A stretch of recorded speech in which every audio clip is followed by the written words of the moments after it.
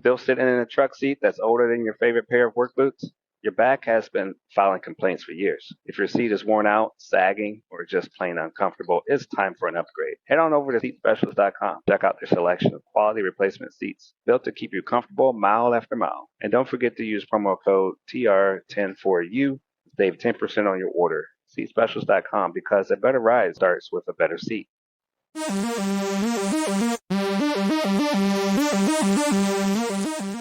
Welcome back to That's Delivered podcast, where trucking meets technology, leadership, and logistics. I'm your host, Trucking Ray. And when we talk about delivery, most people think about what happens on the road, but what about everything that happens before the truck rolls? From warehouse floors to digital dashboards, reliability starts long before freight leaves the dock. My guest today is Brent Hagen, the Chief Supply Chain Officer at Lob, where he leads 250 million automated fulfillment network that keeps thousands of customer promises on track. Before that, he managed massive operations at Amazon to help delivers for scale for Deliver ahead of Shopify's 2.2 billion acquisition. Brent has been on the front lines, helped building reliable systems, and today we're breaking down what the trucking world can learn from that. Hey, Brent, thank you for being on the show today. Glad to have you here. How you doing today? I'm doing great. Yeah, thanks for having me. Awesome. I mean, you've had a fascinating journey from Purdue to Eaton's leadership program to managing large scale operations. Tell us about that. How did that go? How'd you get started with that? Yeah, I've been really fortunate throughout my career for sure. Starting with a first class education from Purdue, I still go back to campus usually once a semester and present to students about how to kind of forge their career and set their own path. Joining Eaton's LDP program, I was incredibly fortunate to be a part of that. It still exists today, although in a very different form than the one that I was in. Followed by getting recruited into private equity manufacturing. Um, Private equity manufacturing is really where my life took a bit of a turn. Got married, started having kids, and I was traveling, probably 100% of the time. And Amazon came calling, and I talked to a lot of my mentors at the time, some of which are still my mentors today, about getting into fulfillment. And one of them had a really great advice, and he was like, fulfillment's the way of the future. He's like, you need to learn about it. He's like, they have the best technology. And so that's how I really ended up at Amazon, was taking the advice of what's clearly a very wise guy. Then moving into Deliver, which was founded by ex Amazon guy who was looking to. Our thesis in the space was that we could create Amazon-like fulfillment speeds without having Amazon-like fulfillment and fixed cost. Obviously they have distribution centers all over the country in order to provide that very unique experience, and it worked. Followed by, as you called it, the Shopify acquisition. And then after that, I was on a hiatus, hanging out with my family when Lob called, and that's really this has been such a fun part of my career. I knew the next role I wanted to do. When I was talking to the CEO, I said I just really want to solve interesting problems with interesting people, and this is definitely an interesting one because it's such a highly fragmented space. Obviously very old technology with an industry that's been around for a really long time, right? One of the largest companies in the space has been around for 150 years.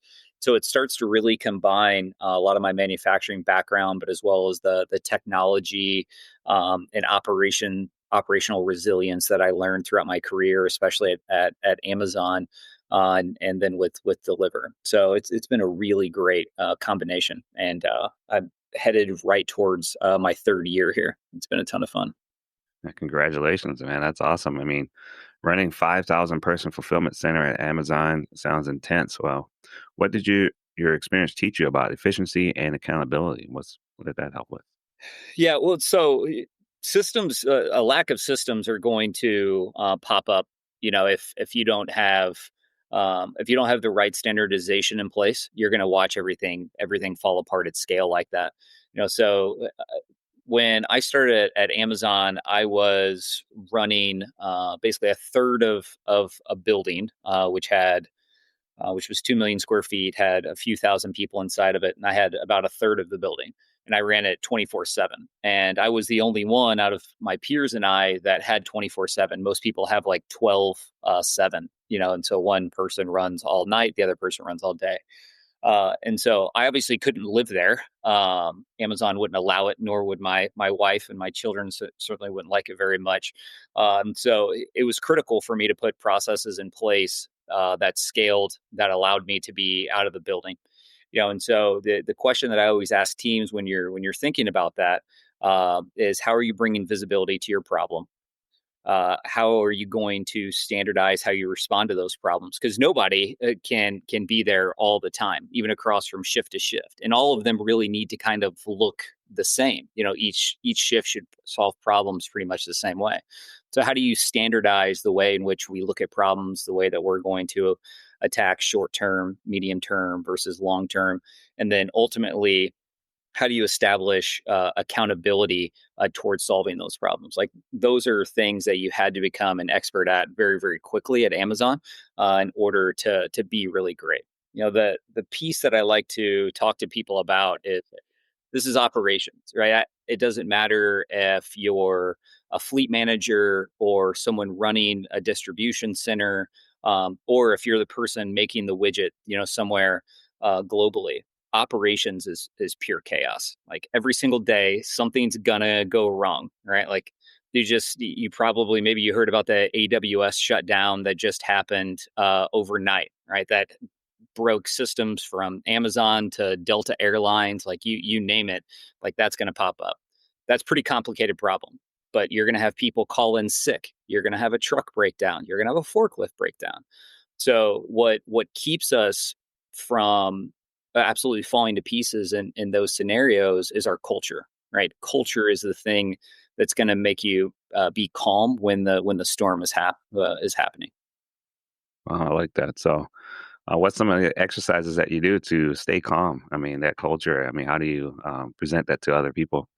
Yeah, I think a lot of it comes down to how you begin to structure your teams, and going back to that standardization piece, and so every day, every week, every month, every quarter, I want to look at problems the exact same way, and I want the team around me to talk about our problems, and so let's use data and enhance visibility towards that data to begin tracking where our deficiencies lie and be um, uh, incredibly persistent in the pursuit of attacking those failures. And so let's not allow like one instance of a failure to ruin the entire week or the entire month. Let's understand like how does that come together as like a trend, and take those trends, action them appropriately, and understand like what am I trying to fix here,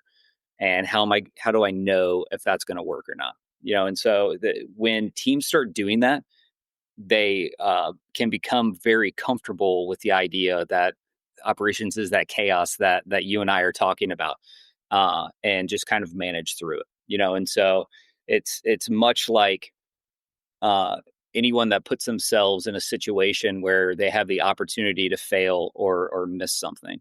The first time you do it, like it's pretty nerve wracking, and then it happens, and you're still here, like you're still with us.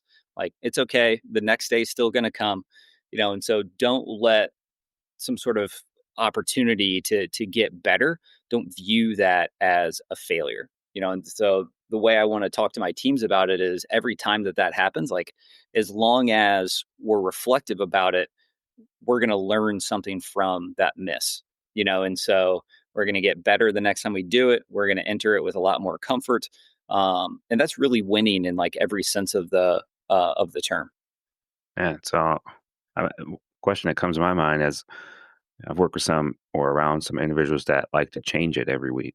They may have a process in place and they may feel like it's not being effective. So they say, well, let's change this, let's change that. And every week Yeah. the whole team is changing, swinging this way, swinging that way. And what really keeps you nailed down to the same pattern that you started out with initially to continue to do that week by week or to the next quarter and so on? So I think a lot of times when you see that,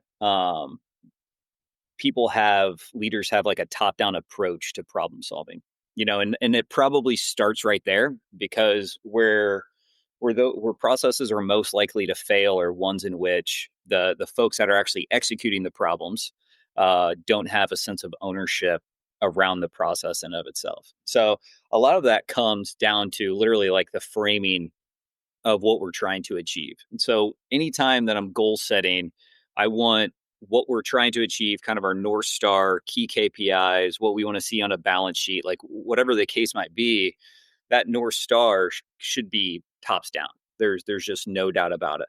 But after that, it should stop right there from the tops down and it should move bottoms up. And so you should start engaging every element of your value chain from your frontline leaders, the hourly people on the floor, your middle managers on up, and think about what needs to be true in order for us to achieve these things that we're talking about. And you start laying out your processes. You're going to identify areas in which your systems are going to break. Okay, great. How do we begin to fix those? How do we so we're going to have a plan to fix those now. How are we going to monitor these things to make sure that reliability is there and that we're achieving our goals, right? And so going all the way up to how does cycle time on a machine, or how does the rate in which we're loading our trucks, or the rate in which we're turning over our trucks, uh, all of our delivery speeds, how does all of that convert into what our North Star metric was? And so now you've got an action plan and processes. But what you've really done is you've engaged everyone all along the way, to establish ownership in the process of what elements they control that tie back to your vision. And with that ownership, owners inherently feel like they need to do something in order to drive towards a result, right? Owners are also highly accountable to those results. So now you've also, as a leader, you've established accountability with your team. Like, hey, you own this part of the process. And so that bottoms up exercise with my team, I often say like, hey, here's the vision. Here's the things that we need to accomplish. You tell me what needs to be true. Have them really begin to design the process. Now you have to help them sanity check it to make sure it's going to deliver what you want. But then kind of get out of the way. And so when you've got this ever evolving change, I think teams often miss out on that process of establishing one, a standard, two, ownership and accountability, and then three, how to visualize those processes to actually understand, is it working or not. Yeah, it's good stuff. I mean, you're always had leadership qualities. I mean, you really seem to emulate everything you're saying. Um, Yeah. it's pretty Uh, cool to watch in action. I mean, I'm sure Yeah, no, no, a lot I, of I I appreciate it. Yeah, I appreciate it. I haven't always been, the a great leader. That was something I absolutely had to learn. I've always been a process thinker. Like I loved solving complex problems and being able to take a problem apart and put it back together in a more efficient way. And that was some of the first things that like I did out of school. Um, but I was also kind of like a lone wolf to a certain degree. Like I also really liked doing it by myself. And I had to figure out how to both play nice with others, but also bring people along in that journey. And that took me a while, in my career to figure out how to be really, really good at that.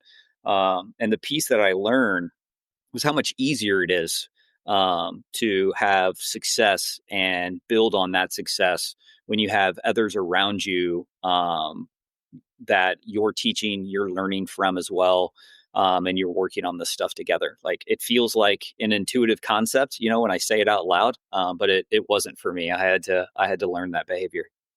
wow, nice. I mean, that's it's great to see how humans can continue to evolve into to something that's they can be proud of themselves personally, and also something that they can share with others. I mean, a lot of people can learn from your experience. So thanks for sharing that.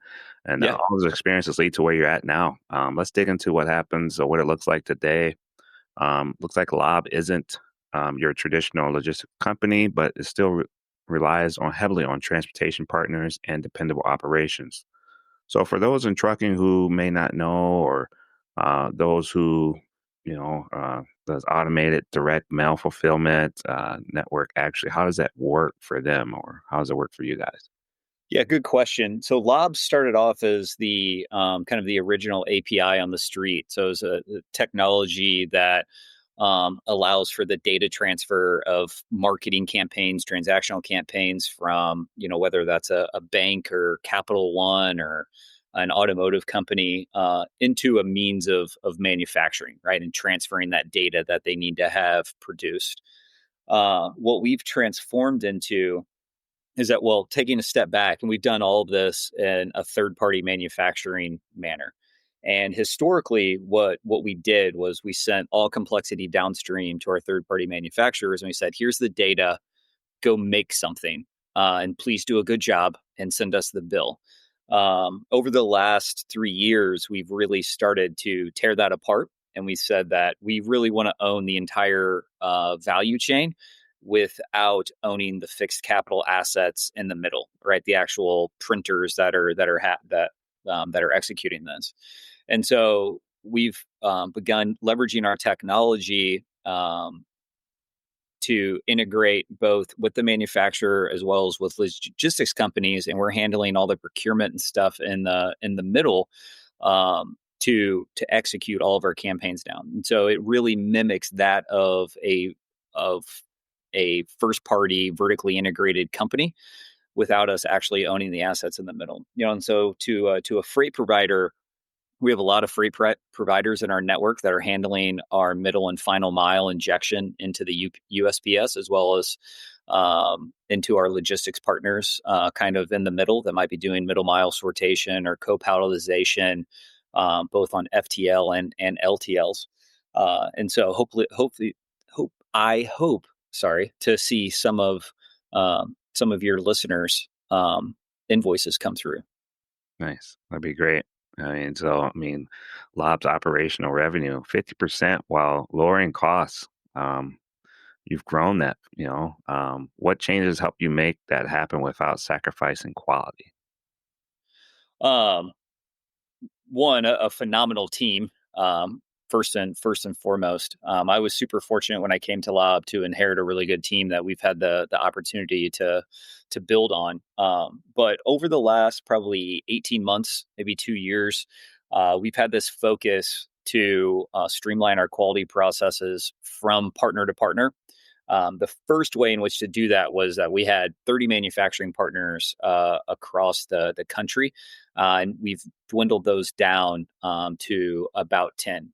That provided us the ability to establish much more strategic partnerships across each one of our third party manufacturers, and align on what our vision was, what things were they already working on, where were they investing their capital as well, and what processes could each one of them control that could give us the best tools to have continuity of quality across a network that was operated by different folks. And we've seen significant improvements in quality over that time, while also driving more mail volume through our system. So it's something we're very excited about. Nice. And when you're talking about the listeners and those out there, when you're evaluating trucking or last mile partners, what do you look for in a carrier that truly delivers consistency? Um, First is on time performance. I think first and foremost, and their ability to provide us very predictable freight lanes, and visibility into those freight lanes and how they're delivering. And so I don't think that there's anything more frustrating than a partner saying like, yeah, I don't know, it's gone, or yeah, that's shipped, and then you're like, are you sure it's shipped? Because usually I've got this data scan that scan's not here, like, I've got this pallet scan that you scan to the door or something like that, and Mhm. they say, oh yeah, actually, it never left, like it's still here at the DC. We accidentally put it in the wrong lane or something. You know, those sort of things, yes, they're going to happen, but they shouldn't happen all the time. And I'll give you a really good example. We had a freight partner who we've been using for the last few years. And in a 1 month period of time, they told us three different tractor trailers blew over and wrecked all of their pallets.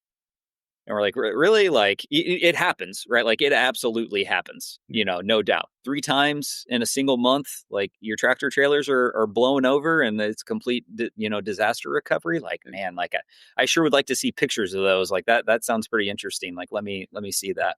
Cause that doesn't sound truthful, Yeah, you gotta listen to what people are saying closely because, yeah, it could be something different out there. Uh, Yeah. Having the human element. I mean, technology is changing how we work, but humans still they're still relevant.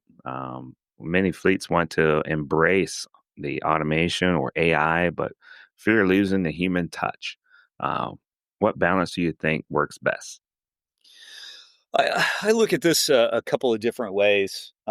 First and foremost, like, there are certainly elements where AI can replace, physical human touch and involved with certain things. When you look at it from from a fleet perspective, there's companies like Augment, for example, which are making some of their dispatchers and some of the intake processes more automated through leveraging AI bots and that sort of thing. Somebody still has to manage those processes, and so what I really like to focus on is what are the things that we can leverage technology for that make jobs more predictable and more efficient. And so I think integrating AI into those physical human touches allows you to do that. And that's been true even before, AI, even when we were leveraging machine learning, um, those sort of things uh, would always drive improvement within your processes. And so that's how I first want to look at technology and how do we embed it into everything. Like, what are the areas that I can increase predictability and increase efficiency within the given workforce that I have. From there you can really build a lot of complex systems and that enhance your scale while managing your overall variable and fixed costs. Nice. I mean, predictive data and automation are transforming forecasting. It's going to be huge for a lot of companies to be able to see further Absolutely. how to move to the right, move to the left. What do we do? How do we assess this? How close can we truly get to predicting supply chain disruptions before they hit the road? What do you say? I think we can get pretty accurate. Now, we never know the next time that there's going to be like a wild swing in tariffs. We never know the next time that there's going to be um, a COVID event or something like that that just flips value chains upside down. Um, those sort of things every few years, like, those are going to happen. And it's really on us as leaders to establish agility and resilience within our teams to be able to say, like, okay, that happened. What are we going to do, and build a plan, just as you and I talked about in the earlier part of the show, right? Like, what are we trying to drive towards, and how do we do that all along the way? But in terms of large swings, kind of plannable swings that are going to happen, right? Like your large Q4 congestion that's going to come up related to parcel movements, right? Because of the holidays and that sort of thing. We can get really, really accurate on the impact that's going to have and plan around that, leveraging machine learning, leveraging AI. We can even do, future forecasting. It says, okay, I'm getting ready to take on a large client that's a material percent, would represent a material percent of my total capacity today. Inject that into your existing data and say, like, let's model the impacts and what new freight lanes do I need to open up? Like, what sort of trailer capacity is it? Um, what's my average trailer capacity going to be as a result of this? As well as, I think when you look at it from like a fleet owner perspective, or maybe this is a 3PL owner perspective, or the way that we even look at it, as a result of adding this volume, what happens to my total cost structures and what sort of efficiency do I gain? Like, let's leverage machine learning and AI to build that out. And now I'm future forecasting my cost basis And so I can give this person a lower quote than what my standard quote is because I can see it's going to materially change my unit economics because of all of the favorabilities I'm going to gain in trailer utilization, lane utilization, and things like that. And so you can get very, very accurate with modern day tools on forecasting that sort of thing. Wow, nice. So if you never heard of Lob, or if there was an individual out there hearing this for the first time, what's the simplest way that you would say Lob would help a business to be successful? How would you put it? Yeah, I think two different ways. We really have two different businesses now. One that's very complementary to the other for sure. We're a direct mail automation platform, and so we allow very easy execution of people's mail campaigns across the U.S., Canada, and the UK. As a complement to that business, we've launched Lob Logistics, which can work with our existing customer base, the actual mail owners, as well as print manufacturers, as a means of distribution and injection into the USPS. And so we have a number of partners across all the major geographies that can reduce the time to in home and your average cost when handling your logistics. Man, so for the future of fulfillment and trucking, or for Lob, as automation continues to evolve, what changes do you think will most impact the trucking industry in the next few years? What would you say? Well, I think we have to get tariffs under control. For sure. That's going to have a large impact. We've seen that. I think all of us are happy to be operating in kind of that non-COVID environment as well, when we weren't really sure when stuff was going to get pulled out of Savannah and Long Beach, or Miami, or wherever else. Um, but um, yeah, that's really kind of it. Yeah, I mean it's a huge thing to try to predict. I mean, what's going to happen from another country to what's going to happen here, and how they're going to interact with each other. I mean, tariffs is it is very unpredictable. So yeah, you're right about that. No Um, doubt. it looks like you also serve on the board of Science Center of Iowa. Did Mhm. I get that correct? Yeah, that's right. All right. So, how does the education and curiosity play in development of next generation for logistic leaders? Well, it's really important to me to serve on boards like that. The, the Science Center of Iowa, in particular, we even have like a preschool and early education to get kids involved in STEM, and understanding technology and science, and the impact that can have. So it's a pretty unique early education, but as well as it begins to bring this family together, both of entrepreneurs and local businesses, and that really kind of, some of which are leaders in other parts of the state and country. That allows for idea sharing that can be wildly beneficial. You start establishing better partnerships, but as well as that sense of community that comes from being a part of that sort of like philanthropic effort. I want to help educate whoever I can on the benefits of science and technology. And so especially coming from my part of the world and in operations, things don't have to be kind of this fixed mindset that they have been in operations and supply chain for a really long time. Right? How do we leverage technology and engineering to build better solutions? Um, the Science Center of Iowa like allows me to do those things. Wow, nice. And for anyone, I mean, that's a huge thing for anyone that's listening. I mean, we definitely want to help the future of young ones to be successful. So I really appreciate you doing that. So, also from drivers to dispatchers, what's one step that you can take, or that people can take, um, maybe just this week, to make their operation more reliable and future ready? Yeah, good question. I think I can keep it really simple. Like if you don't track it, you can't trust it.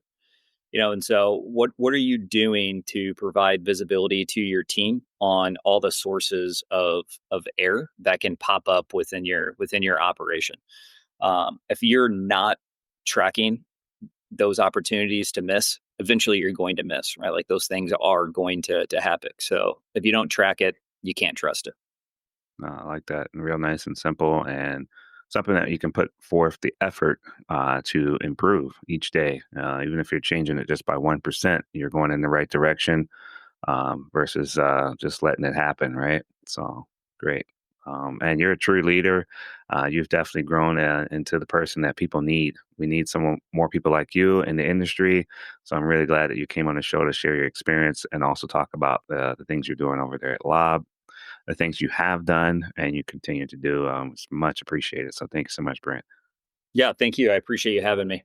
Yeah. So thanks for joining Das Delivered podcast. It's clear behind every delivery, every mile, and every one time promise. There's strategy, leadership, and teamwork that keeps it all together. So thank you for providing that. And then, so before we go, to learn more about Lob's approach and fulfillment, where's the best place for people to reach out? Is it lob.com or where else would you go?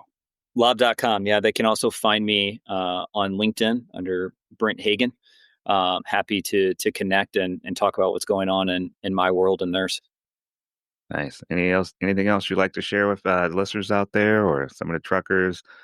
Before we go, I like to always see if you just want to put a shout out or a thank you for anybody out there. Just we want to make sure that they hear it too. So Uh, anything you no, that's it. I appreciate you having me. The only shout out is to my team for everything that they do for us in the business and our customers. And for your listeners, hopefully some of them are vendors of ours. Thank you for what you do. It's not an easy job for sure.